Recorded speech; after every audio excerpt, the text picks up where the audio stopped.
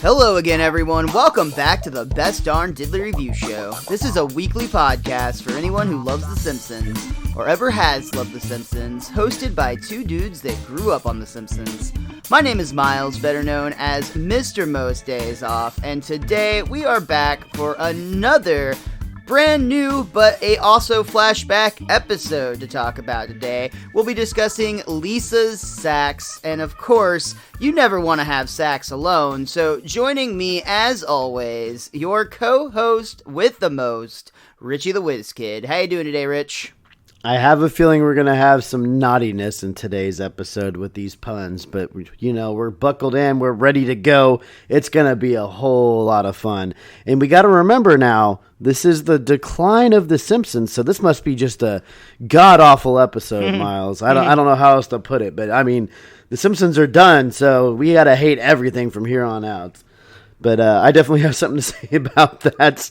I'll go ahead and throw it back to you, the man, the myth, the crudely drawn filler material. It is Miles.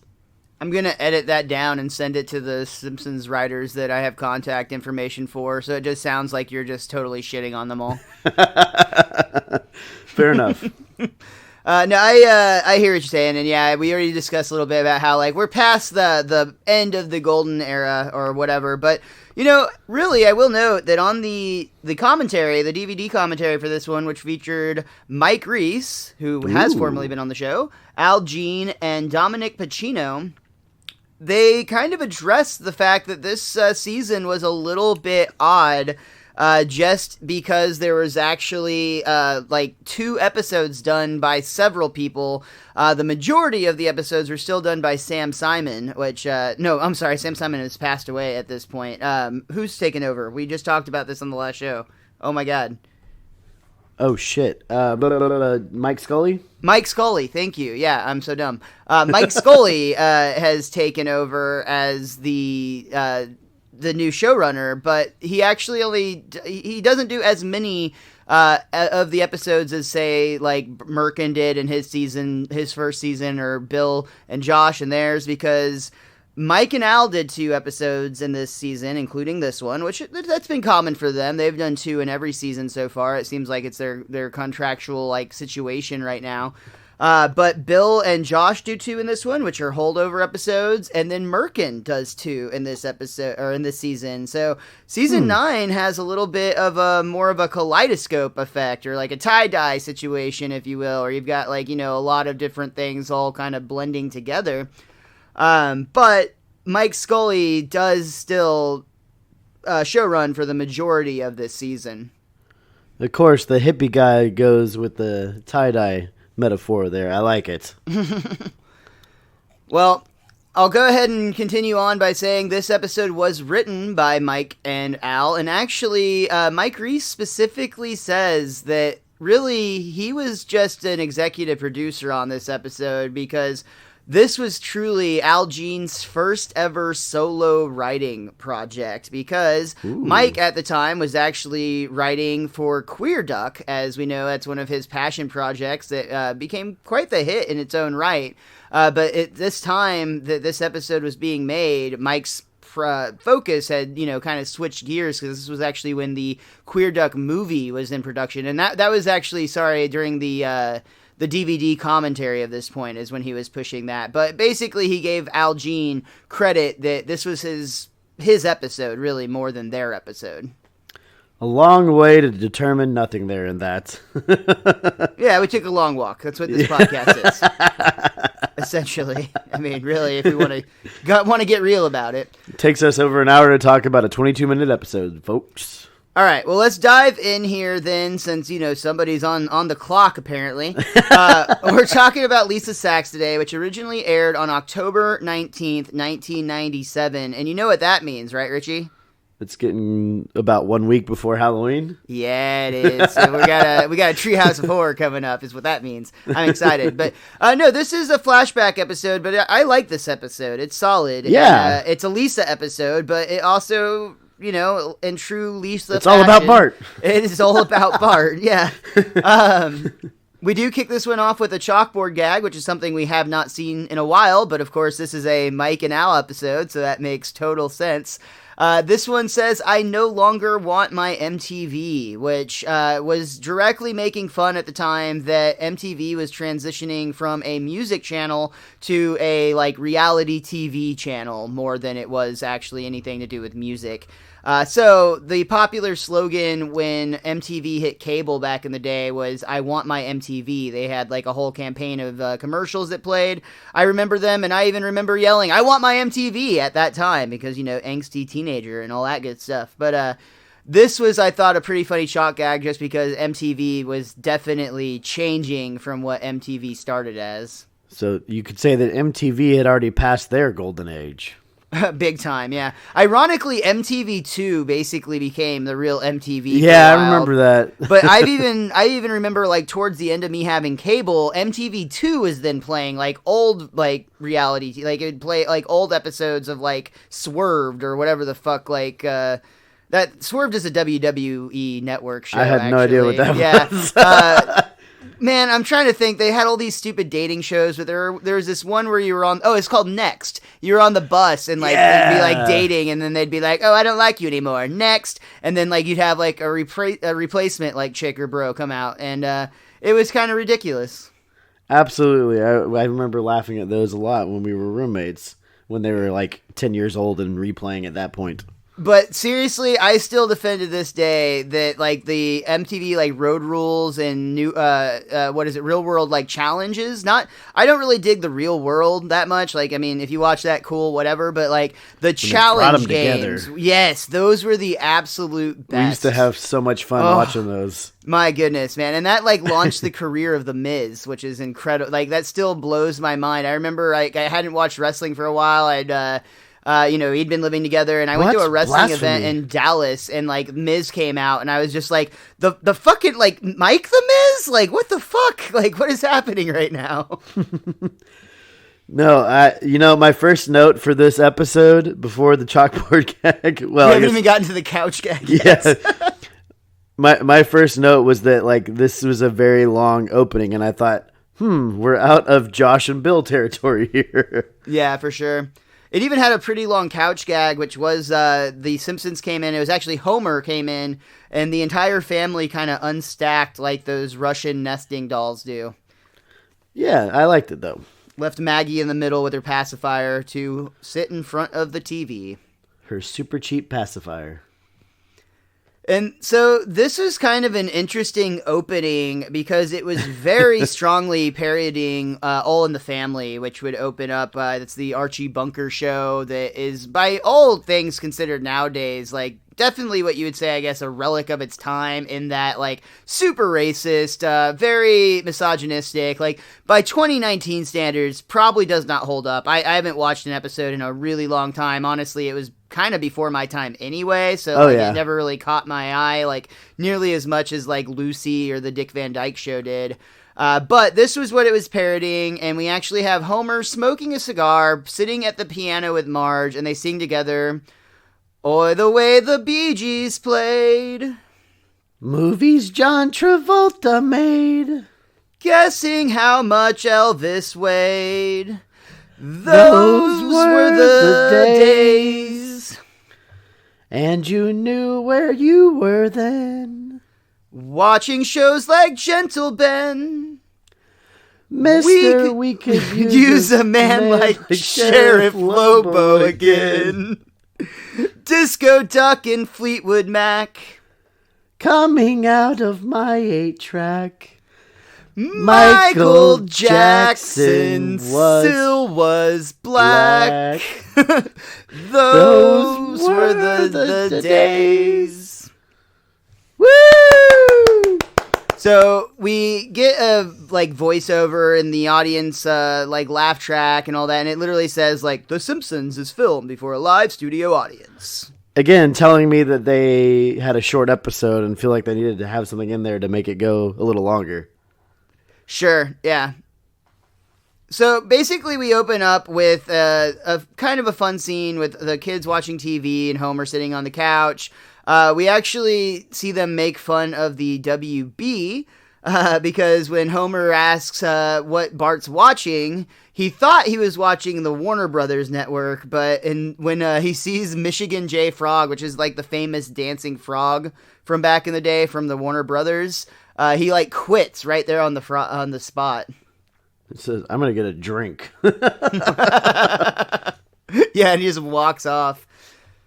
We actually see that it's a TV movie called The Krusty the Clown Story. Booze, drugs, guns, lies, blackmail, and laughter. Starring Fayush Finkel as Krusty the Clown. I don't know who that is. I don't either. He looks like some old guy in the 90s. I will say that I think it was Dominic Bacchini on the commentary mentioned that he was really, really, like, something he really loved about this episode was that hand-drawn pastel of Krusty the Clown that they used. Yeah. Just like the TV. He actually hand-drew that, and it's the only thing in the show that he's ever hand-drawn, because usually everything is done by, like, the Korean animation studio. But because of, like, the stylized look that they were going for that was so American, they didn't really think that the Korean animators would understand, like, how to do that, since it was something that wouldn't be familiar to their culture. So he actually drew that himself, and that made it into the show, and now he's got his, like, one frame of art, which is pretty dope. That's really cool, actually, yeah. But no, that all makes perfect sense, because you definitely need that little Americanized pastel sort of thing going on there. It looked like those, like, daytime crappy movies that play on TV all the time, yeah. Absolutely. So, in the movie, we see a guy very clearly wearing, like, makeup and masks or rubber or whatever, prosthetics is what I'm trying to say, to look like Krusty the Clown. And he's sitting down at the Betty Ford clinic, which is he was in the clown detox wing, excuse me. Of the Betty Ford clinic. Yeah. I was going to say, it's weird, like, this episode, which is a Mike and Al episode, and the first episode of the season, which was a holdover Bill and Josh episode, both featured the Betty Ford clinic, because they did that in the musical at the end of the State of New York versus Homer Simpson. I'm checking in. Exactly. But Krusty Miles, he went through a 5-year orgy of nonstop pills and booze with nothing to show for it but 4 Emmys and a Peabody Award. Oh. 4 Emmys and a Peabody. I wonder what other show might have similar merits. Probably something unrelated. I'm sure. Bart's really excited because they were going to show, or no, this is still narration, I believe, but they talk about how they're going to show his disastrous marriage to Mia Farrow. No, that is Bart. Bart gets really excited about that. And we see that Krusty's actually, like, surrounded by children, and they're all crying, and he's talking to his kids, essentially. Chen Ho, your mother Mia and I are getting a divorce. Chen Ho is over there. I am Chin Ho. Whoever you are, just pass it along, kid. Oh, Father of the Year. And actually, I love here, we see Homer sitting on the couch, and he's like, what a bad father. And right then, Maggie, like, on cue, comes crawling through the living room with a power drill in her hand. I mean, we've seen her use tools before in the past. It is, like, somewhat disturbing how she constantly falls on her face and could easily fall in that drill bit. But yeah, I'm with you. But, like, I don't know. Have we seen her wield something like that outside of Treehouse of Horror? Yeah, when she knocked her... Yeah, we're good. Okay. Have you been hit in the head with a mallet too many times? Probably, yes. Suddenly... Bart and Homer's television watching is disrupted by the sounds of Lisa's saxophone coming from upstairs, and immediately Homer's like, Lisa, knock it off! Knock off that racket! But Dad, I'm supposed to practice an hour a day. I'll practice you. You'll practice me. What does that mean? Is it supposed to be some kind of threat? But I use that line all the time in everything in life. Anytime anybody says something, I'll always say, like, I'll blank you, when it makes no sense whatsoever. I do both. I'll blink you, and, like, it's like, what? That makes no sense. What does that even mean? That's what makes it so fun. Just ruin it, though. So Lisa continues to play, and Bart just, like, starts to confront her, like, trying to stop her from playing physically. Look, Bart, I have to practice my saxophone, and you can't stop me. Oh, yeah? My dear Lisa, you are 8, and I am 10, and in my 2 extra years on the planet, I've learned a few tricks. So he, like, has to sit there and thinks for a moment, but he comes up with, like, the experience plan of, hey, give me that. No. I said, give me it. I said no. Give me it. No. And after that goes for a while, Bart literally just yanks it from her hands and then throws it out of the window. Ooh. Yeah, and immediately it gets hit by a car, and then it gets hit by one of those, like, flattener thingies. Yeah. And then, like, insult injury, it has Nelson come out and start stomping on the saxophone and gives it the traditional ha-ha. And then that tricycle guy almost hits it. Oh, and yeah. then just falls on it. That was actually a tribute to the show Laugh-In, which they actually, I think I talked about this recently, but they just put a thing like special about that on Netflix. It was like a celebration anniversary show of that show being on the air. Really interesting comedy, man. Like I really, there's a lot of really big names that went through that show that just did some weird shit because it was like a playground for comedians. But this was a classic Laugh-In bit, complete with that very signature like sound, was straight from the show. That makes so much more sense. I never watched Laugh-In, so I'm always sure with the Simpsons everything means something, but sometimes you don't know. Yeah. I really like the animation that we're about to get here because Lisa's on the couch crying about her saxophone, and you can see her holding it, and it looks a little damaged. But Homer's trying to, like, reassure her, like, "Aw, Lisa, it doesn't look so bad." Oh, yeah? Turn. And when she turns it sideways, you can see it's basically a 2-dimensional object because it's completely flattened. You are right, though. I love that little animation few seconds there. But it's okay. Homer's got a plan. Again, parent of the year here. He can see Lisa's upset, so if it'll make you feel better, I'll destroy something that Bart loves. Hey! Don't worry, son. If that bothers you, I'll destroy something Maggie loves. And then Maggie's terrified holding the power drill. She's clutching it like it's a teddy bear, dude. Yeah, I love that moment.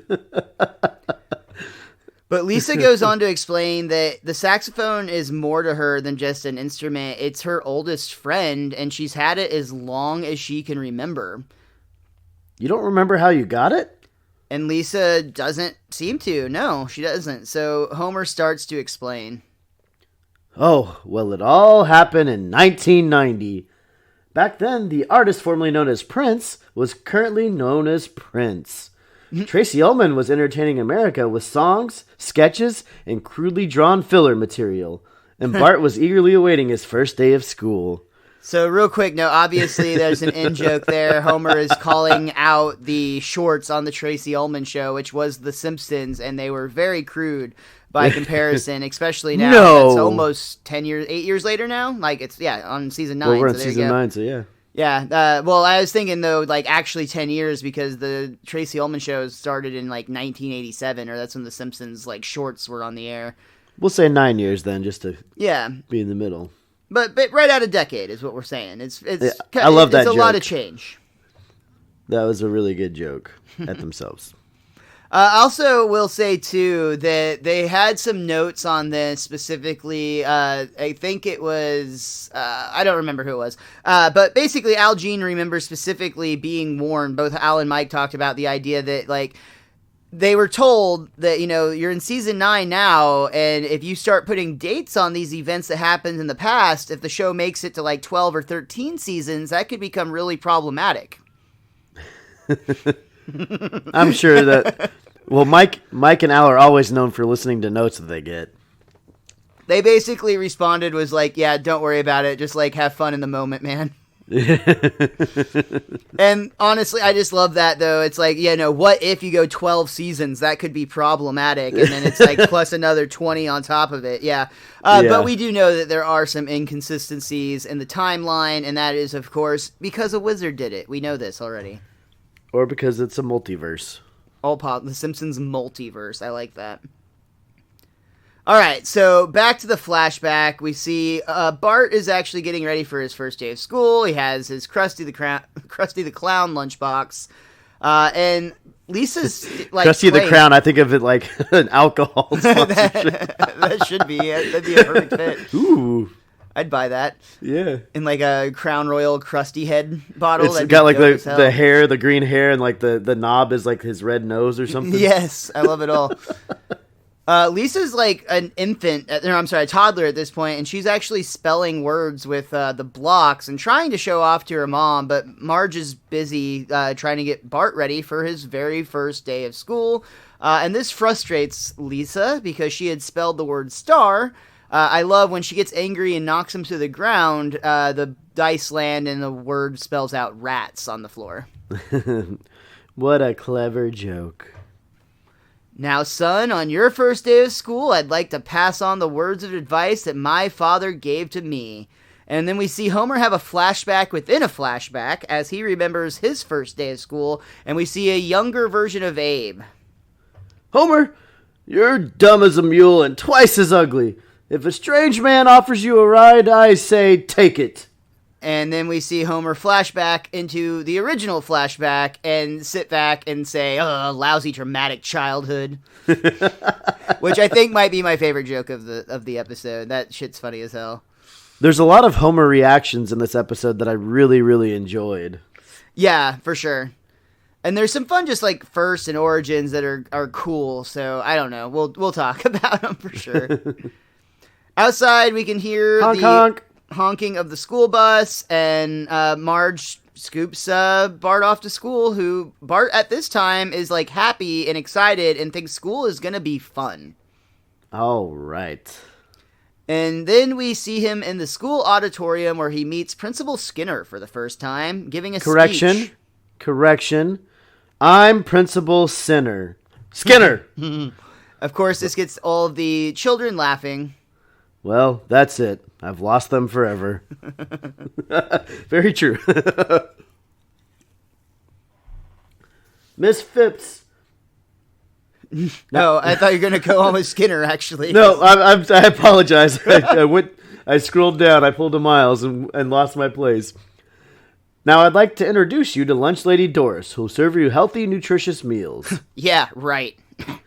Miss Phipps, the school nurse, who will provide ointments and urgents, and Jimbo, the school bully, who will administer noogies and nipple twisters. I look forward to wailing on all of you. But he's so cute in his little bunny shirt. Yes, instead of a skull and a crossbone, it's a bunny shirt, which is adorable. It's a pink bunny shirt. Real quick, we're going to have to just be a little sad for a moment because Lunch Lady Doris, this was actually Doris Grau's last performance of her. She had passed away. We talked about that in the last season. But she had already recorded, I guess, the lines for this one before her passing. And this is her last appearance ever, the character's last appearance ever on the show.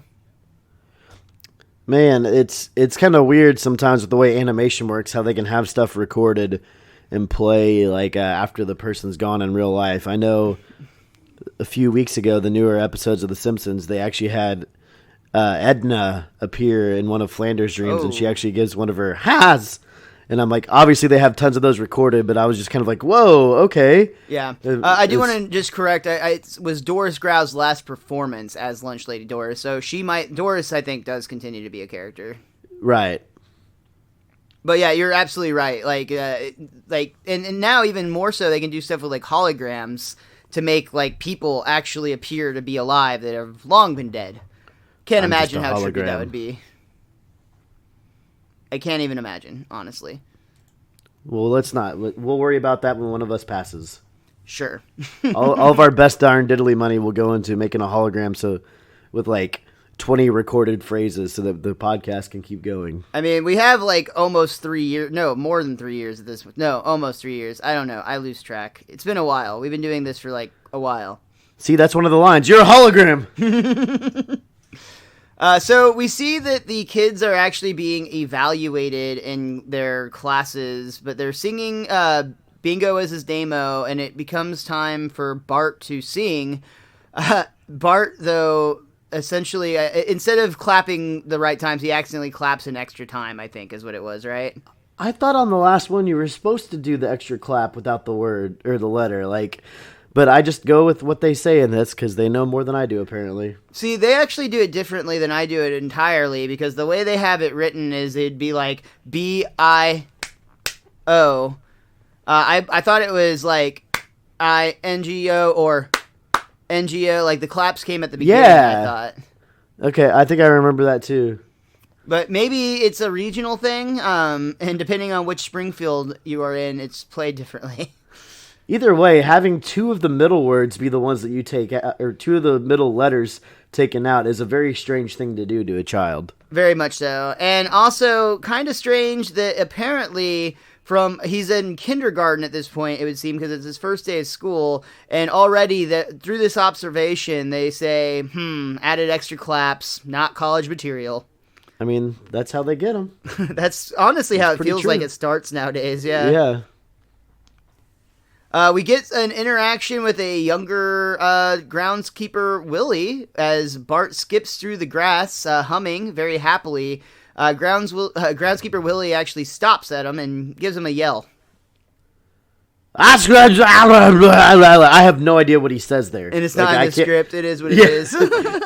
You literally can't understand what he's saying at all. But yeah, basically he was just trying to growl enough to point to this sign that said, keep off the grass. Maybe this is right when Willie first started over here from his native land of Scotland. Maybe, yeah. So when Bart gets home, he isn't nearly as excited as he was, at the beginning of the day, for sure. And when Marge is very cheerful and is like, how was your day? You can see he's a little bit down in the dumps, we'll say. So the public school system literally killed Bart's desire to learn within one day. Like, Bart was happy and excited to go to school at the beginning of that day. And we cut back to the present day here with Marge and Homer continuing their piano duet from earlier. Bart was feeling mighty blue. It's a shame what school can do.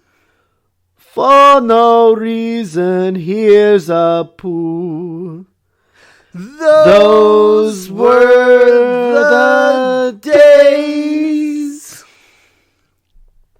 So Bart and Lisa are still there, and they kind of clap or do a golf clap or whatever. But at this point, Homer's, in modern times, yeah, this is all back in modern time. And Homer is like, and that, my children, is the story of Bart's first day of school. Very nice. Yeah. Yeah. Except you were supposed to be telling the story of how I got my saxophone. Don't. And that's actually how we come to the end of our very first act, but we immediately open up with Act 2, of course. I scrolled off my line. As Act 2 comes in, we see Marge is in the family room holding Maggie and says, Homer, I can't get the baby to burp. Could you try it for a while? No problem. I'll just give her a sip of beer. Homer is literally trying to force feed Maggie beer, and Maggie is pushing away from it. Come on, Maggie. It's Miller time. Yes, it's Miller time. Homer? Oh, my father gave me a beer as a child till I wrapped my little red wagon around a tree. And we see another brief flashback where there's a multi-wagon pile up with every kid Homer's age, including Barney, who are at the very front, and Barney is like, let's never drink again. And we never did. As he takes a swig. I think he's singing Miller time when it's a dub. I was going to say, I think it's weird that he talks about it being Miller time. It's so it exists in their universe. But I don't know why. Like, drunk driving is no joke. Like, but there's something really funny about the kids having a multi-car pileup because they're all okay. Well, like, I mean, just the absurdity that, like, it's not like a highway. They're wagons. They can be anywhere, but they're in, like, the same yard, lined up at the same time in, like, a way that, like, when Homer hit the tree, they couldn't stop. Like, it's completely ridiculous, but it's really funny. It was cute. Yeah. It was cute. All the little kids with their wagons, and Homer's literally wrapped around a tree. And nobody died, so it's fine. But did you die? But did you die, though? So Lisa is still a little bit frustrated, and she's finally like, Mom, can you tell me a story about how I got my saxophone and not have it turn into a story about Bart? Well, sure, honey. Bart had just completed his first day of school, and Bart... Mom! Hey, she's just giving the public what it wants. Bart by the barrelful. To be fair, that's kind of almost making fun of, like, the idea of Bart Mania, which this would be on, like, the tail end of this in the 90s at this point. Yeah. We see that, once again, Bart is in class, and he's, well, let's just say he's struggling with the kindergarten level work. A, B, C, line? D. D, E, line? F, Bart, and believe me, you'll be seeing plenty of them. Oh. Honestly, I thought this was really funny, just the idea that Bart would be calling for line while reciting the alphabet. That's kind of how it works. You're not learning what the letters are, you're just learning to sing them all in order, like a line on a script. I remember, like, how, like, my mind was completely blown when I realized that, like, the alphabet was the same as, like, Twinkle Twinkle and, like, all those songs, basically, that are the same. I forgot that it was like that until you just said it. I just figured it out, like, last week, so you're not far behind. Oh, man. So we see that Bart's struggling at school, and back at home, he's still depressed, and, you know, they're trying to help him out, but he's just really not doing well at all. He's not very good at drawing. He's not very good at reading. He's just kind of down in the dumps. But he did draw a certain picture where he expressed his sadness, you could say. Oh, yeah. It literally just shows Bart lying on the ground with knives stuck in the middle of him. There's thunderclouds, and it has the word sad, just in case you weren't, like, getting the hint. So it's time for a good little fatherly interruption to solve this problem. Yeah. Except he's watching TV. Yeah, I was going to say, Homer's still watching TV down below, so he's really not intervening at all. We get a TV commercial. That's damn fine coffee you got there in Twin Peaks, and damn good cherry pie. But then it's Twin Peaks, so on the screen we see a man dancing with a horse, like ballroom dancing. Brilliant! I have absolutely no idea what's going on. But Marge interrupts him and is trying to get him to, like, pay attention to his child's, like, sad drawing. And Marge is like, look at this drawing that Bart did. Oh, it's beautiful. Oh, let's put Bart's beautiful drawing up on the fridge. Homer, stop. Will you please look at this drawing? Oh, all right. What? Ah! Burn it! Send it to hell! So they decide that they're going to need to get Bart some help, and Homer is just, like, in fear, running away from it. Yeah, literally cringing away from it. Homer tries to address the situation head on. He actually is, like, going to father up. He puts a baseball cap on, gets the ball and glove, and he tries to go and get his kid to go play catch with them, but Bart isn't having it. When a boy doesn't want to play catch with his old man, something is seriously wrong. And then we see Abe come around the corner wearing, like, a 1920s style baseball uniform. I'll play catch with you, son. Get the hell out. I'm gone. Oh, poor Abe. Man, dark there, yeah. But again, he did, you know, we saw him earlier being a total asshole to him on his first day of school, so it's all right. We see that the Simpsons decide to take Bart to see the doctor about what's going on, and it's Dr. Hibbert, but he's rocking a very, very Mr. T look. Yeah. Mr. Simpson, physically your son is as sound as the dollar. I'm afraid Bart's severe emotional dysfunction stems from a deep-seated psychological trauma. So we see that the Simpsons, or we're told actually by the narrator, the Simpsons really have nowhere else to go. So they go to see the school psychologist, Dr. Pryor. Mr. and Mrs. Simpson, there's nothing to be alarmed about. Public school can be intimidating to a young child, particularly one with as many flamboyantly homosexual tendencies as your son. Bart's gay? Bart? Wrong file. And we see Dr. Pryor goes to the file cabinet, retrieves Bart's file as he puts away Milhouse's file. We knew it. The point I'm trying to make here is that Bart must learn to be less of an individual and more of a faceless slug. Ugh. It's a terrible thing to say about a child. Yeah, it's pretty rough. But at that point, like, while basically dooming Bart to a life of mediocrity, he looks down and sees that Lisa has been putting together a jigsaw puzzle of the Taj Mahal. Dr. Pryor asks, Lisa, how old are you? I am 3 3/8. Lisa, if I have 5 apples and I take away 3 apples, how many apples do I have left? 2 apples.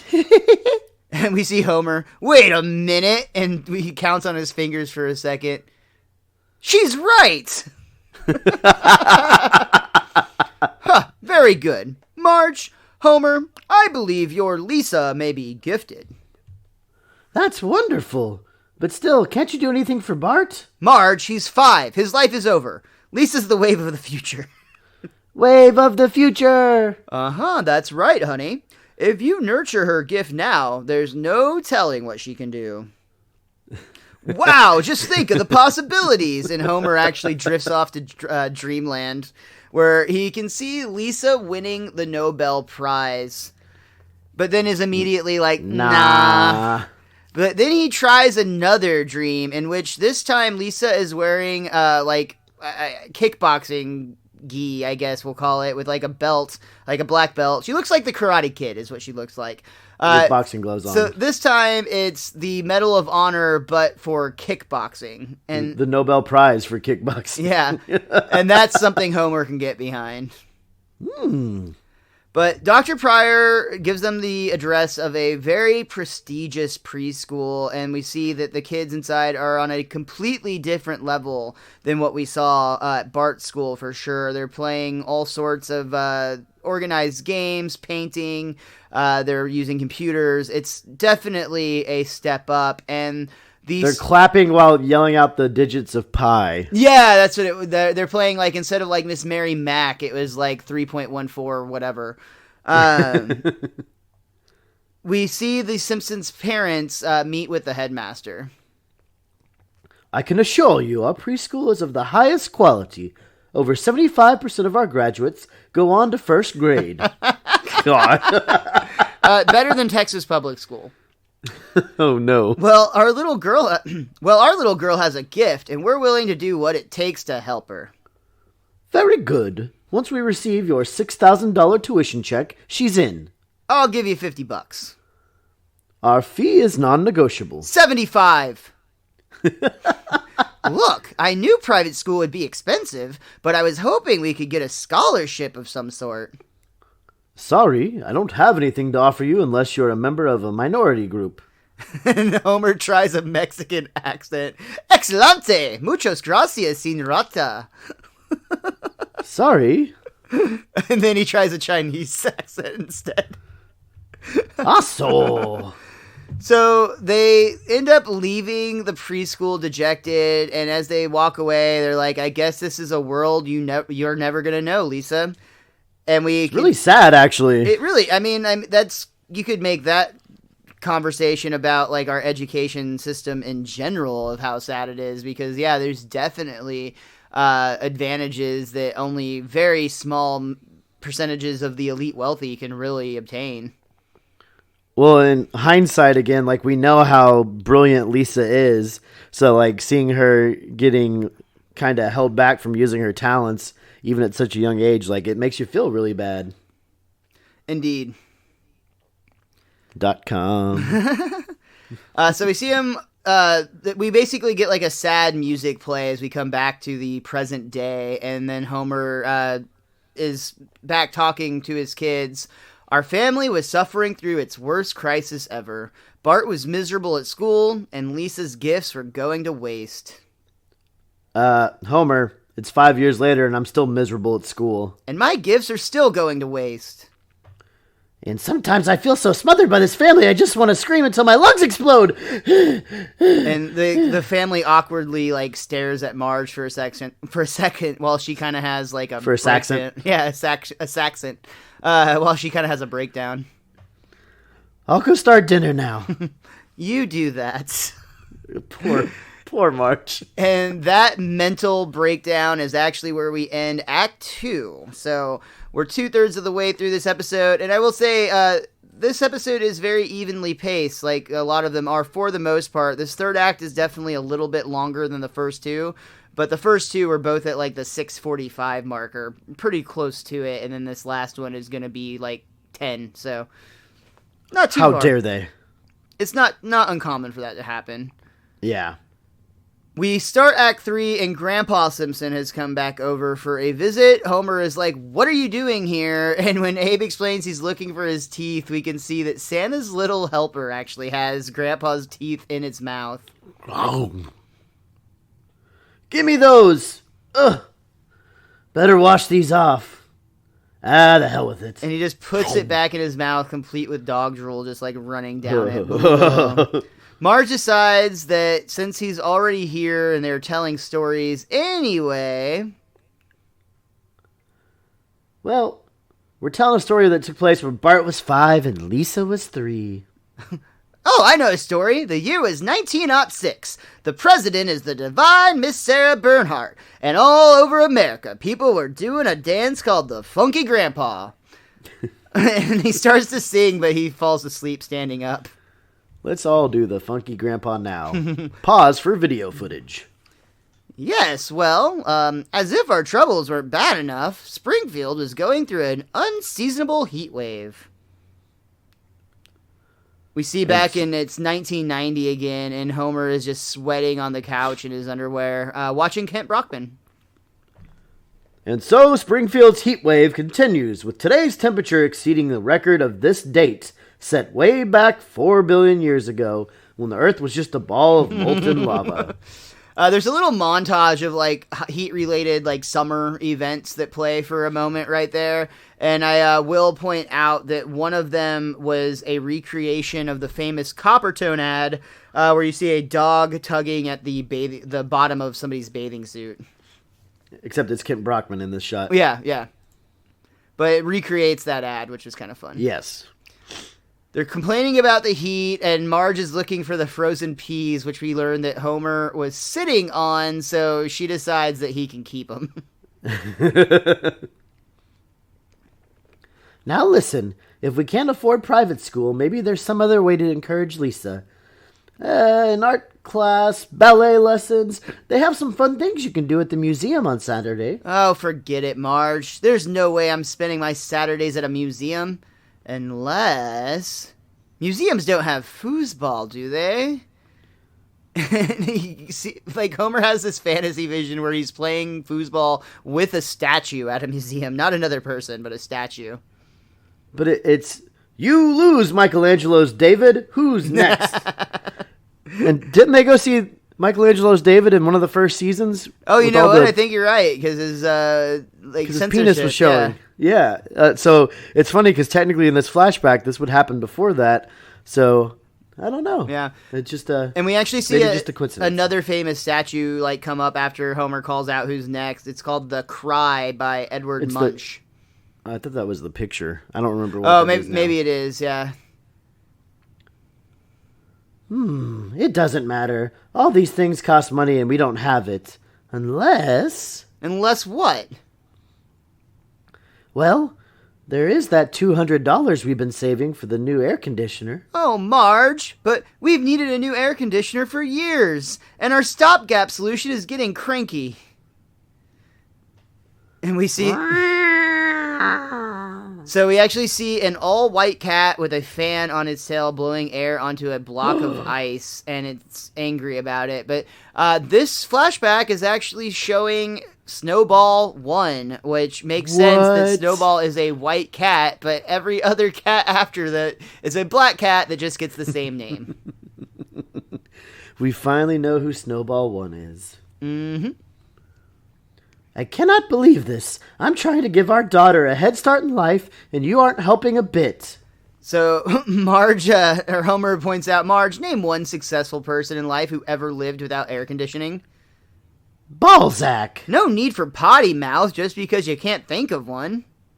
But Balzac is the name. If it's in butts for candy and nuts. How does the rest go?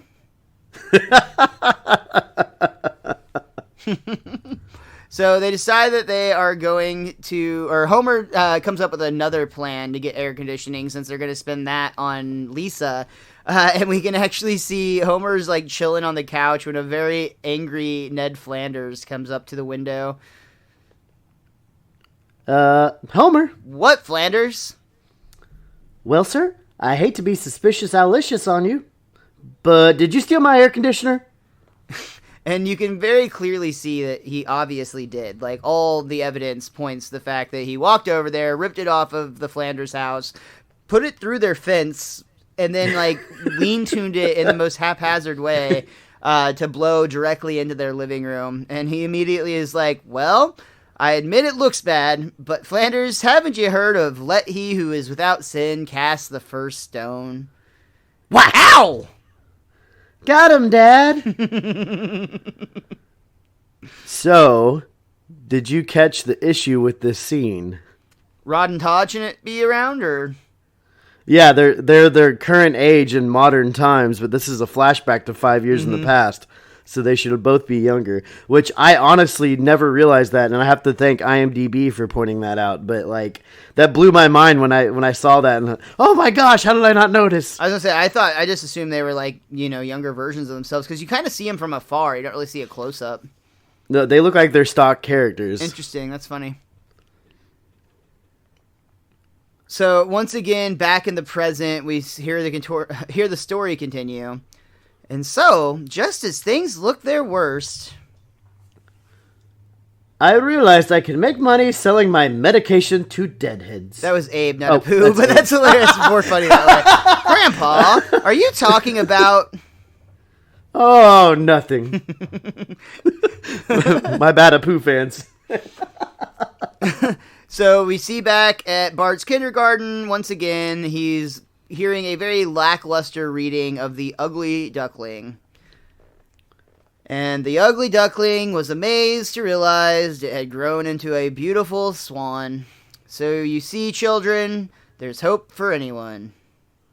Even me? No. Oh. Poor Bart once again. But there is a moment here that is kind of sweet or fun. We see that on the playground, Bart's sitting alone on a bench at lunchtime, and then other children come around, but specifically a blue-haired kid with oversized glasses and very flamboyant qualities, according to his file. Hi. Hi. I have soy milk. The doctor says the real kind could kill me. Oh, I wish I was interesting like you. So, this is where we see Bart and Milhouse meet for the very first time. Bart starts making farting noises by blowing his hands, and they both start laughing, and then they just start being kids, man. Milhouse is like, Bart's funny, and that the world needs a clown. And later it actually evolves to, this gives Bart the confidence to do his first comic performance where he's actually on the bench in front of all of the kids making fart noises and saying very childlike profanities like doodle, booger, and everyone's laughing, and Jimbo is even like, that's killer material. Skinner is a nut, he has a rubber butt. And of course, right as Bart jumps into song, Skinner actually appears from behind the tree that he was directly beside. Young man, I can assure you my posterior is nothing more than flesh, bone, and that metal plate I got in Nam. Whoop. Now, I want you to knock off that potty talk right now. The principal said potty. And once again, the kids laugh and Skinner gets frustrated. You listen to me, son. You just started school and the path you choose now may be the one you follow for the rest of your life. Now, what do you say? And Bart has a moment here where he's like looking back and forth between Skinner and Jimbo and trying to like figure out what path he wants to go down. Eat my shorts. All right, Ollie. Eat your shorts. Yeah, eat my shorts. Butt man. Na na na na na na na na. Butt man. Butt man. And then Principal Skinner is just dragging Bart to his office, basically. Ha ha ha! He's the greatest showman since that kid who eats worms. And we can see that the kid that eats worm is sad because his 15 minutes of fame are over. So I feel like, in a roundabout way, Skinner actually helped create Bart here in this moment. Yeah. Because he's the one that put Bart in front of everyone and saying, this is your choice right now. This is going to determine who you become. And he put Bart on the spot there in front of all his classmates. I couldn't agree more. Yeah, he 100% like kind of pushed him towards the path that he went on. And I love that we got an origin for Eat My Shorts. That's really fun. Yeah. All right, I'll eat your... What? So we cut over from Bart's run-in with the principal to Homer at Moe's Tavern. Only this time he has Lisa with him, sitting at the stool next to her. Well, Mo, this is it. Today's the day I get my new air conditioner. Yeah, congratulations. Who's this little chick? I'm Lisa. She has a gift. You have 13 pickled eggs in this jar and 1 cockroach. Who are you, sweetheart? The health inspector? And there's actually a health inspector seated across the bar. No, but I am. Here, have a margarita. Oh. And there's a fucking syringe in the drink that Mo claims is a parasol. Oh, the older days at Moe's. So Homer takes Lisa out of the bar, and they go to the... It's getting closed down, I'm sure. Probably, yeah. They stop at a air conditioning store called It Blows. And there's actually an AC that has a $200 price tag on it. Just so happens to be their budget for this. No tax? I know, right? They don't ever have to worry about these things on TV. And he actually starts fantasizing where he's sitting inside, like in the cold that his air conditioning is providing, while making Patty and Selma melt in the summer heat outside. A fitting end, an Edding Fend, I almost said. But while Homer is deep in this fantasy, he notices his daughter is like distracted by gazing across the street to a little store called King Toots, I believe. That and sounds it's a music familiar. store. Musical instrument? Could that be a way to encourage a gifted child? Just give me a sign! And at that moment, the store owner puts out a sign that literally says, "Musical instruments, the way to encourage a gifted child." It works for me. I love how on the nose and direct that was. That's so funny. So they walk across the street, and Homer is trying to figure out what instrument would be right for his daughter. So, what do you like, Lisa? The violin? The tuba maba? The tuba maba? The oboe mobo? That one. And we see that she points to the saxophone. Oh my gosh, Miles, don't butcher that one. Which has also a $200 price tag. Wow, no tax? So Homer's dream of air conditioning goes up in smoke, and he decides to buy the saxophone for Lisa. And as soon as he hands it to her, she blows into it, makes a noise, and giggles. And you can see the smile just come across her face. The store owner asks, would he like an inscription? Yeah. To Lisa, never forget your daddy loves... And he drops the sax on his phone, or on his foot while he's, the sax on his phone. He drops the sax on his foot. Don't! Oh, man. So we jump back once again to present time. And he didn't ask Marge about that, by the way. He just straight up spent that $200. He knew he had her support. Yeah. But yeah, so you go back to present time, and sure enough, you can still see in the crushed saxophone, to Lisa, never forget your daddy loves dough. Wow, so that's how Lisa got her sax. Next, I'll tell you the origin of Maggie's pacifier. What origin? We get it for $1.95 down at the Safeway. But Lisa really likes the story, and Marge actually is like, I think we actually have some... I'm sorry, let me back up. Lisa says she really liked the story, but that doesn't really help her predicament in terms of fixing her saxophone. And that's when Marge points out that, they do have money in the air conditioning account again. Oh, but Marge, am I doomed to spend the rest of my life sweating like a pig? Yeah, not to mention looking like a pig, eating like a pig. Don't forget the smell. That was a poo. Will you get off my front lawn? Why don't you make me? Why? Oh, I give up. So, basically, we've come full circle here, and we see that once again that Lisa gets her saxophone replaced with the air conditioning, and we kind of get a real sweet little montage here because we actually see like a sequence of Lisa playing her sax. I think I may have skipped over, like, they have to make this crucial decision, and like people are pointing out like how hot it is to Homer and whatnot. I don't even remember that. Well, part. sir, we got a scorcher today, and to cool off, nothing beats Fruitopia, the iced tea brewed by hippies, but distributed by a heartless multinational corporation. I'm sure true. I don't know the people of Fruitopia, but it sounds pretty accurate. And we see that in Lisa's room, she admires her new saxophone, complete with a new inscription. Dear Lisa, may your new saxophone bring you years of dough. And that's when we get the montage of her playing that sax and seeing stuff that we've seen over all the years with the old sax. Yeah, it's a really nice use of it though, because I mean this is a flashback episode, but it's not a montage or like a recap episode. It's all new material for the most part. But this was like a really sweet little moment where you see a lot of images of just like all the episodes through the last 8 seasons now that Lisa has been playing her saxophone. It's been an important part of her story arc and journey, and it's kind of fun to see like how it all began.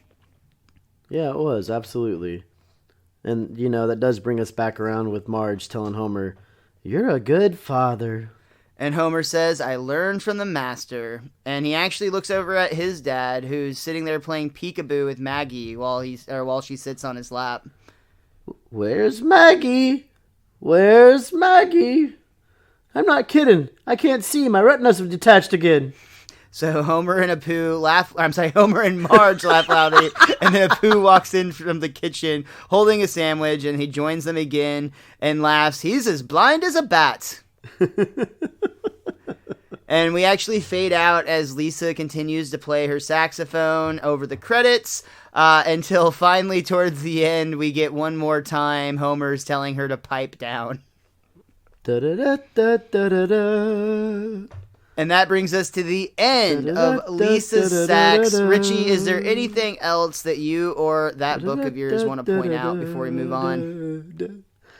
I just want to say, because we alluded to this at the beginning, I enjoyed the heck out of this episode, man. There was a lot of touching moments in this. We talk about this every time a Lisa and Homer episode comes up, that there's something about Lisa and Homer's bond that really just like pulls at your heartstrings, and like you really see Homer put himself on the back burner when it comes. He does it for both his kids, but there's something specific about Lisa where he almost does it no questions asked every time. Where with Bart, he has to get angry at him first. Where like, well, I think it's right there. It's because Lisa pretty much always deserves it. Like, there's very few times, like there are times that Lisa's the asshole. Like, specifically thinking like when she like ruins the barbecue right off the top of my head. But like for the most part, Lisa's a really good kid. She works really hard. She accomplishes a lot of things. So when and she's not super needy for the most part. So yeah, I definitely think there's something to the fact that like he's so willing to just like immediately help her. Exactly. Yeah, and it makes it so touching. But outside of that part, it's a very funny episode. Like I laughed out loud numerous times this episode, especially at the drunk driving joke. That's not totally funny in real life, but in the Simpsons universe, it's hilarious. But yeah, like. The last note I wrote down on here was about I don't see the show declining yet, considering the last episode was supposed to be the downfall of The Simpsons. And this was for an episode that I didn't necessarily have high hopes for, but I didn't have low hopes for it either. I was just like, oh, it's Lisa Sachs. I kind of remembered this one, and watching it, I just thoroughly enjoyed this one, man. For sure. Yeah, I think that pretty much sums up my thoughts on it, too. I really enjoyed the episode. It's a great Lisa episode, even though it's a Lisa episode that focuses heavily on a young Bart. It's still a really sweet story, and the bond between Lisa and Homer is 100% where it's at. But one thing I do want to point out, just real minor thing, I just so happened to notice that on Disney Plus, they have this season out of order because instead of Lisa Sachs, they actually had Lisa the Simpson, which is not until episode 17, I believe. Oh, wow. But they had that before Lisa Sachs. Now, as soon as I saw it, I was like, something's wrong. And I like to watch on the DVDs anyway because of the whole aspect ratio thing.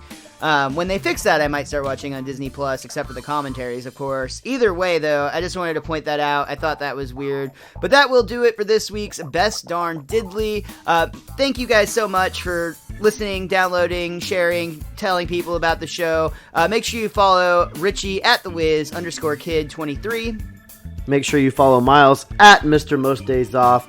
And more importantly, make sure you follow our show at Best Darn Diddly. That's DIDDLY. And I always love the Halloween episodes, so I'm very excited for next week. We'll be back once again to discuss Treehouse of Horror 8. And we'll podcast you. What does that? Is that like a threat or something? Either way, until next time, be cromulent to each other.